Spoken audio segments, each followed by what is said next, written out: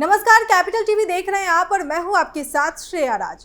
अयोध्या में भव्य राम मंदिर में श्री राम लला की मूर्ति की प्राण प्रतिष्ठा करवाने वाले मुख्य पुजारी आचार्य श्री लक्ष्मीकांत दीक्षित का निधन हो गया।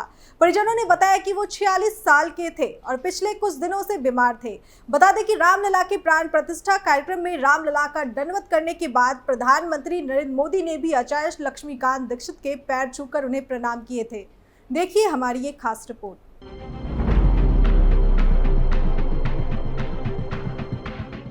वाराणसी के रहने वाले आचार्य लक्ष्मीकांत दीक्षित का 90 साल की उम्र में निधन हो गया। बता दें कि 22 जून की सुबह तकरीबन 6:45 पे वाराणसी में उन्होंने अंतिम सांस ली।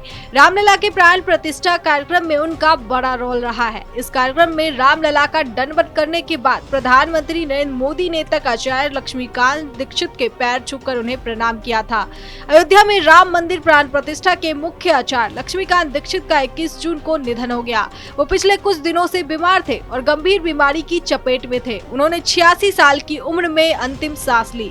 ये जानकारी उनके परिजनों ने दी। मौत की खबर फैलने के बाद काशी के लोगों में शोक की लहर दौड़ गई। जनवरी में अयोध्या के राम मंदिर प्राण प्रतिष्ठा पूजन में पंडित लक्ष्मीकांत दीक्षित की मुख्य भूमिका रही थी। इसके नेतृत्व में 121 पुजारियों ने अनुष्ठान को संपन्न किया था। पंडित लक्ष्मीकांत दीक्षित काशी विश्वनाथ कॉरिडोर के लोकार्पण पूजन में भी शामिल थे। उनके पारिवारिक सदस्य ने बताया कि आज अचानक उनकी तबीयत बिगड़ गई, जिसके कुछ देर बाद उनका निधन हो गया। भारतीय सनातन संस्कृति और परंपरा में उनकी गहरी आस्था थी। गौरतलब है कि रामलला की प्राण प्रतिष्ठा के दौरान लक्ष्मीकांत दीक्षित का प्रमुख पुजारी के रूप में चयन हुआ था। उनके पूर्वजों ने नागपुर और नासिक रिहायशों में भी धार्मिक अनुष्ठान कराए थे। लक्ष्मीकांत दीक्षित पूजा प्रसिद्धि में सिद्धत और वाराणसी में मीर घाट स्थित संगवेद महाविद्यालय के वरिष्ठ आचार्य रहे। पंडित लक्ष्मीकांत दीक्षित काशी विश्वनाथ कॉरिडोर के लोकार्पण पूजन में भी शामिल थे। उनके पारिवारिक सदस्य ने बताया कि आज अचानक उनकी तबीयत बिगड़ गई, जिसके कुछ देर बाद उनका निधन हो गया। भारतीय सनातन संस्कृति और परंपरा में उनकी गहरी आस्था थी। गौरतलब है कि रामलला की प्राण प्रतिष्ठा के दौरान लक्ष्मीकांत दीक्षित का प्रमुख पुजारी के रूप में चयन हुआ था।